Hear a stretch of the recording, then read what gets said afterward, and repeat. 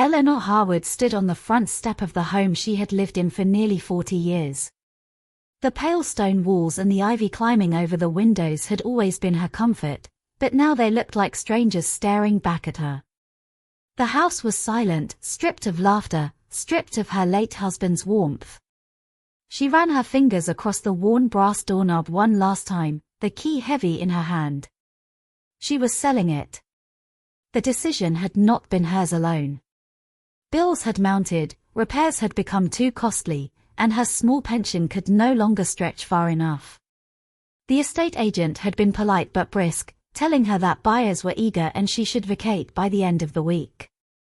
And so, Eleanor had agreed to move in with her son, Daniel, and his wife, Fiona, in their sprawling house in Surrey.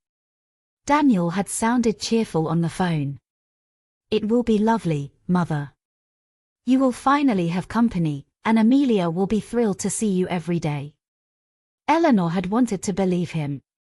She had packed her books, her photographs, and a few china cups that had belonged to her mother. Everything else was left for strangers to take. On her final night in the house, Eleanor sat in the empty drawing room. The echo of her breath filled the space. She remembered the years of raising Daniel here after her husband had died, the sleepless nights of worry, the pride of watching him graduate and step into his new life. She had never asked him for anything. And now, she was the one needing shelter. When the lorry arrived to take her small stack of belongings, Eleanor locked the door behind her and slipped the key into the estate agent's envelope. She turned to look one last time, her eyes stinging with tears she refused to shed. As the vehicle pulled away, she told herself she was moving towards family, towards safety. Yet a shadow inside her whispered that she might be stepping into something she could not yet see. The car ride to Surrey had been long, and by the time Eleanor arrived, dusk had already draped its shadow across the manicured lawns of Daniel's home. The house was enormous, built of red brick with white pillared porches, a place that seemed more suited to a magazine cover than family living. Eleanor's heart fluttered with both awe and unease. Daniel rushed out to greet her, his suit jacket flapping open, his smile wide. "Mother, you're here at last." He kissed her cheek and took one of her bags. For a moment, Eleanor felt the comfort of belonging. Then Fiona appeared. Her heels clicked sharply on the stone path as she stepped forward, her smile thin and brittle. "Eleanor, how lovely," she said, though her eyes flickered past the luggage with the faintest trace of irritation. Inside, the house gleamed with polished floors and spotless furniture. The scent of lilies drifted from a crystal vase on the hall table. Amelia, her granddaughter, ran down the stairs, her long hair bouncing. "Grandma," she cried, throwing her arms around Eleanor. The child's warmth filled her heart, and Eleanor whispered, "My darling girl, I've missed you so." For a while, everything seemed hopeful. They sat at the dinner table, where Fiona served roasted chicken and spoke mostly of Amelia's school. Daniel kept glancing at his phone, his mind half in another world. Still, Eleanor told herself she was grateful. But when Fiona finally showed her to her room, the optimism faltered. The room was at the very top of the house, tucked beneath the slanted roof. The ceiling was low, the wallpaper faded, and a single narrow window looked out onto the dark garden.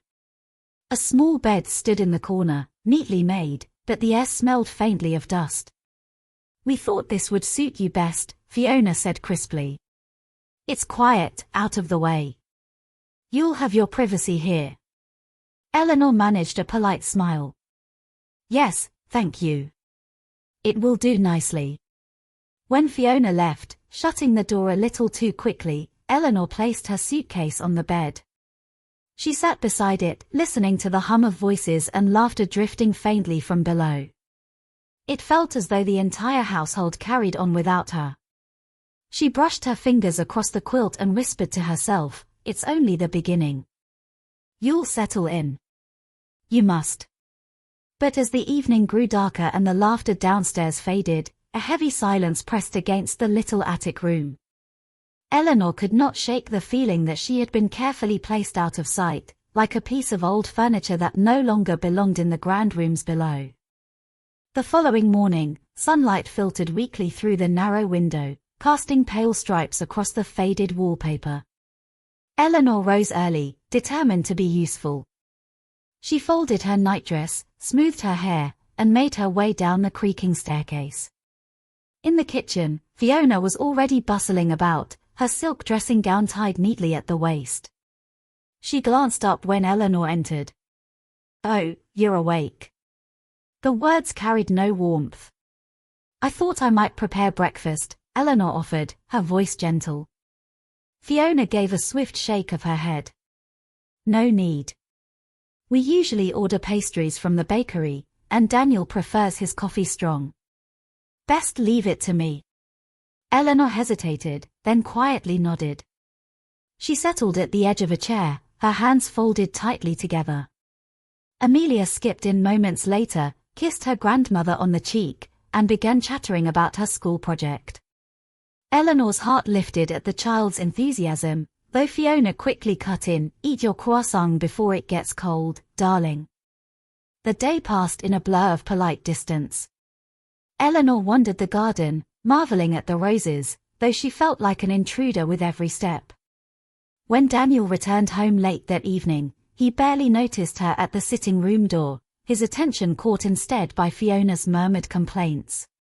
Eleanor could not hear every word, but she caught fragments. "Awkward, not convenient, unsettles the routine." Her chest tightened. Were they speaking of her? She tried to dismiss the thought, telling herself she was tired, too ready to imagine shadows. But the next morning, as she passed the half-open door of the study, the words became clearer. Fiona's voice, low but sharp. "I warned you, Daniel. Having your mother here is not going to work. She is sweet, yes, but she disrupts everything. Amelia clings to her, and I don't want the household turned upside down." Daniel sighed heavily. "She has nowhere else, Fiona. Just give her time." Eleanor froze, her hand against the wall. Her son's voice was softer than his wife's, yet it carried no conviction. She realized he was not defending her, not truly. He was pleading for patience, as though she were a temporary problem to be endured. She crept back to the attic, her heart pounding. Sitting on the edge of the bed, Eleanor stared at the suitcase still half-packed in the corner. The whisper of her late husband's voice echoed in her memory, "Stand tall, Ellie. Don't let them shrink you." Tears threatened, but she brushed them away. She would not let anyone see her broken. Not even her own family. And yet, when the door creaked open that evening and Amelia stepped inside with wide, curious eyes, the child's words pierced her deeper than any whisper could. "Grandma, why don't you go back to your own house?" Eleanor's heart tightened at Amelia's innocent question. She forced a smile, smoothing the girl's hair. "My house isn't mine anymore, darling. I'm here with you now." But Amelia tilted her head, puzzled, as though her grandmother's presence was a puzzle piece that no longer fit. That night, Eleanor lay awake in the attic room. The wind rattled against the small window, and the shadows seemed to press closer. She thought of her late husband, of the years when laughter had filled her old home, and a deep ache stirred in her chest. The following days grew heavier.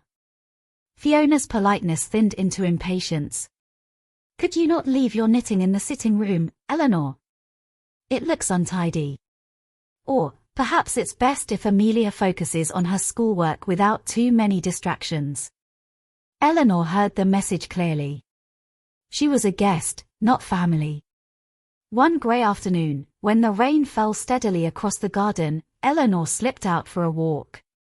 The village streets were narrow, lined with cottages whose chimneys smoked against the damp sky. She passed the bakery with its warm scent of bread, the small post office, and finally reached a place she had never noticed before, an old boarding house tucked at the end of a lane. The sign read Windmere House. Its paint was peeling, but the doorway stood open, and a gentle glow shone from within. Curiosity led her across the threshold. Inside, the air was scented with wood polish and fresh tea. A woman in her 60s, with silver hair and kind eyes, looked up from behind the desk. "Good afternoon. You must be chilled. Come, sit by the fire." Eleanor hesitated, then obeyed. She sank into a worn armchair as the warmth from the hearth washed over her. The woman introduced herself as Mrs. Havers, the keeper of Windermere House. "We offer rooms for those who need a place to call their own, even for a little while." The words clung to Eleanor's mind like a lifeline. A place to call her own. For weeks she had been drifting, tolerated rather than welcomed. Here, in this quiet boarding house with its flickering firelight, she felt something she had not felt in years. She felt seen. But just as a fragile hope began to stir within her, the door burst open, rain sweeping in. A man in a dark coat stepped across the threshold, shaking droplets from his hat. His sharp eyes landed on Eleanor where she sat by the fire. "Well," he said slowly, a faint smile tugging at his lips. "I never thought I'd find a Harwood here." Eleanor's breath caught. The man's voice carried the weight of familiarity, though his face was half shadowed by the firelight. She studied him closely, the sharp line of his jaw, the streaks of grey at his temples, the eyes that seemed to pierce through years of silence. "You know me?" she asked softly. The man removed his damp hat and set it on the stand. "Know you?" "Of course. Eleanor Harwood, though I remember you as Eleanor Fletcher. We were children together in Gloucestershire, before you ever married." Her heart lurched. Memories rushed back, sunlit fields, the laughter of village games, and a boy with restless eyes who had once walked her home after church. "Good heavens," she whispered. "Thomas Blackwood." A grin broke across his face, though tinged with weariness. "So you do remember. I thought perhaps time would have erased me." Mrs. Havers, sensing the moment, excused herself with a knowing smile, leaving them by the fire. Eleanor sat rigid in her chair, torn between astonishment and caution. Thomas leaned forward. "I heard about your husband, and I was sorry. I meant to write, but life carried me far away. I've been back only recently. And here you are, as though the years have turned full circle." Eleanor swallowed hard. "I did not expect to be here at all. Circumstances pushed me." She faltered, unwilling to confess how unwanted she felt in her son's home. Thomas studied her quietly. "You look tired, Eleanor." "Tired in a way I remember seeing in my own mother before she left the world. Forgive me if I speak too plain, but I recognize the weight of being treated as if you take up too much space." The truth of his words struck deep. Eleanor's throat tightened, her hands twisting in her lap.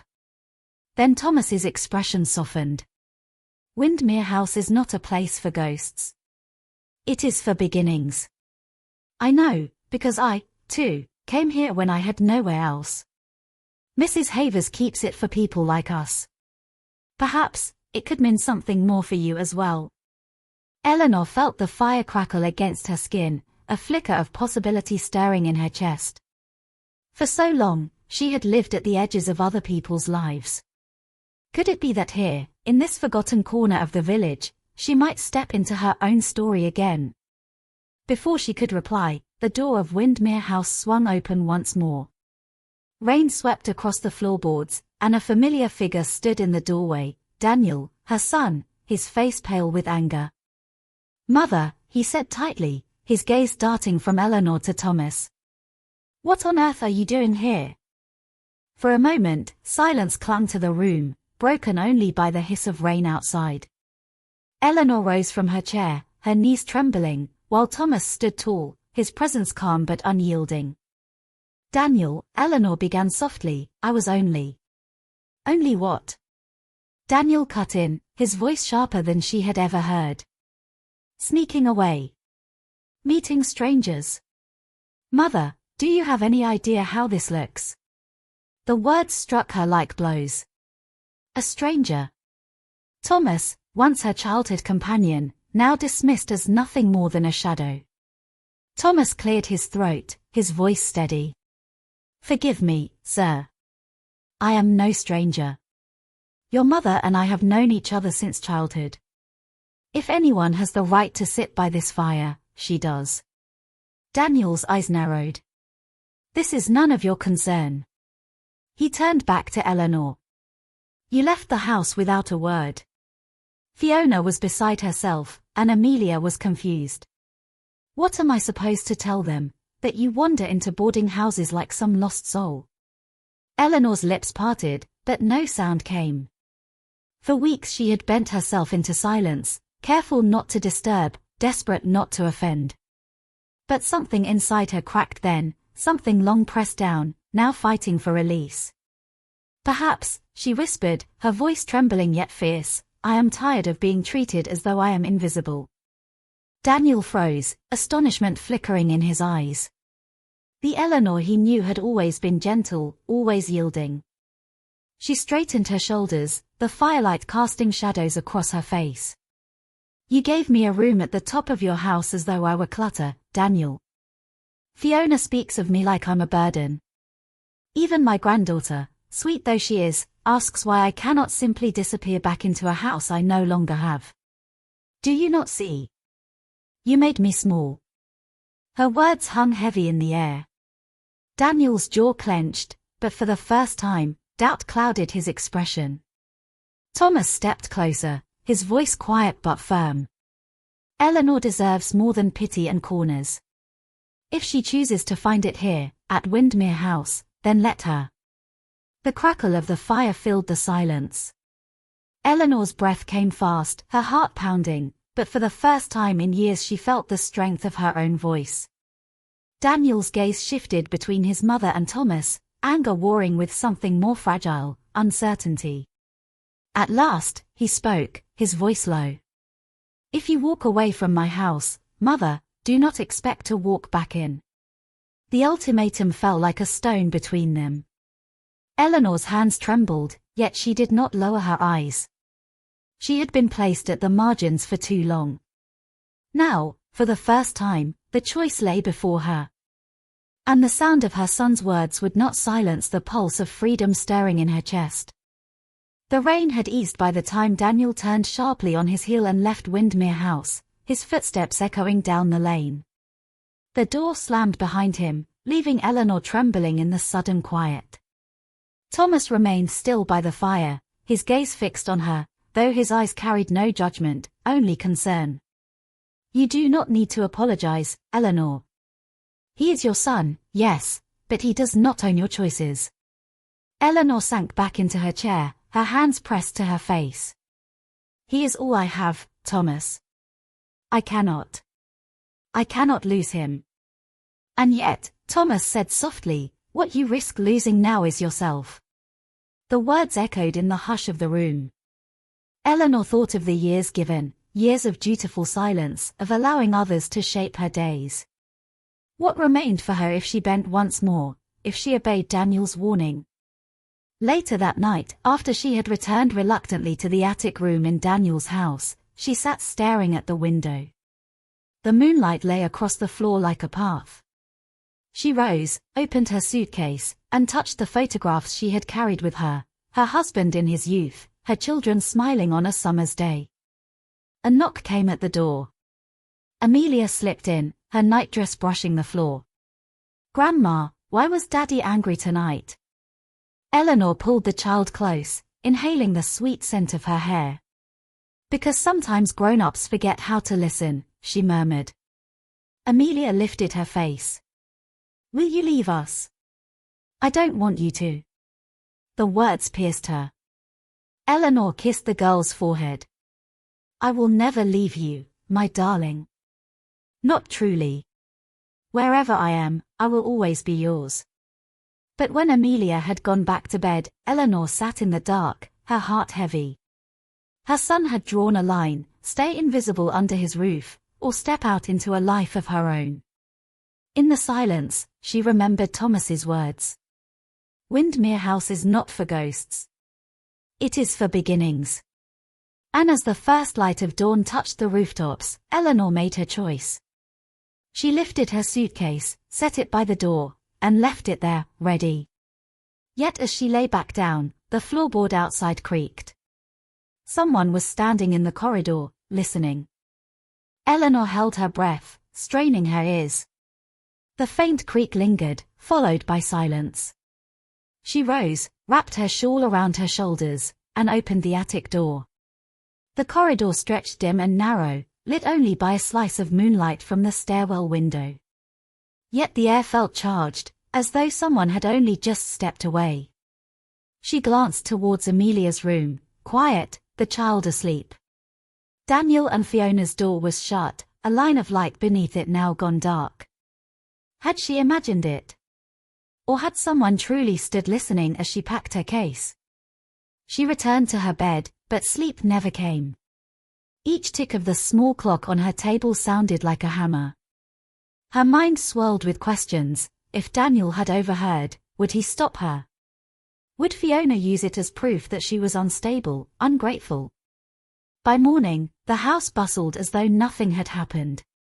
Fiona served breakfast with clipped words, Daniel buried himself in his paper, and Amelia hummed while buttering her toast. Yet Eleanor noticed how Daniel's gaze flickered to her suitcase by the door, still waiting. After breakfast, Daniel rose abruptly. "Mother, a word." He led her into the garden, damp with dew. His tone was cold but deliberate. "I heard you last night. You intend to leave." Eleanor swallowed hard. "I am considering it." "Considering it?" His voice rose, then steadied. "You would abandon your family for, what? A room in that old house at the edge of the village? For strangers?" Her hands tightened on her shawl. "I would not be abandoning anyone, Daniel. I would be choosing a life where I am more than a burden." His jaw clenched. "And what of Amelia? She adores you. Do you think she will not feel abandoned?" The words pierced her, but she forced herself to meet his eyes. "Better she remembers me as her grandmother who stood tall, than as the woman shrinking in your attic." Daniel stared at her, speechless. Before either could speak further, a shadow fell across the garden gate. Thomas Blackwood stood there, his expression grave. He looked from Eleanor to Daniel, then said quietly, "Forgive my intrusion, but Windermere House has a room prepared. Mrs. Havers asked me to tell you it will not wait long." The air between mother and son tightened like a rope drawn taut. Daniel's face hardened, but Eleanor felt the rope pulling in two directions, towards her son's household, and towards the doorway of her own freedom. And she knew that by nightfall, she would have to choose. By evening, the sky was streaked with crimson, the last of the sun dipping behind the hills. Eleanor stood in the hallway, her suitcase by her side, while the house hummed with the uneasy quiet of unspoken words. Fiona remained in the kitchen, her voice sharp as she clattered the dishes. Daniel lingered by the hearth, his jaw set, though his eyes betrayed a flicker of something more fragile, fear, perhaps, or pride refusing to bend. Amelia clung to Eleanor's skirt. "Grandma, where are you going?" Eleanor bent down, holding her granddaughter close. Her voice shook, but her words were firm. "I am going to live in a place where I can be myself, my darling. But I will never stop loving you. You will always have me." Tears brimmed in Amelia's eyes. Eleanor kissed them away, then stood tall, her grip on the suitcase steady. Daniel finally spoke, his voice low. "If you step out that door, Mother, you cannot come back." The ultimatum echoed in the hallway, final and cruel. For a moment, Eleanor felt the weight of her years pressing upon her. She thought of her husband's voice, the counsel he had once given her, "Do not let them make you small." She straightened her shoulders. Then so be it. The door creaked open, the evening air cool against her skin. Across the lane, Thomas waited, a lantern in hand. Behind him, Windermere House glowed faintly in the dusk, its windows like warm, open arms. Eleanor turned once more. Amelia waved from the doorway, small hand trembling in the fading light. Daniel looked away, unable, or unwilling, to meet her eyes. And then Eleanor stepped out, her suitcase wheels crunching against the gravel, each step an echo of freedom. Thomas inclined his head. "Welcome home, Eleanor." For the first time in years, she smiled, not the polite smile of endurance, but the smile of a woman reclaiming herself. Windermere House stood waiting. And Eleanor walked forward, not as someone's burden, but as a woman who had chosen her own beginning. The door closed behind her, not with finality, but with promise.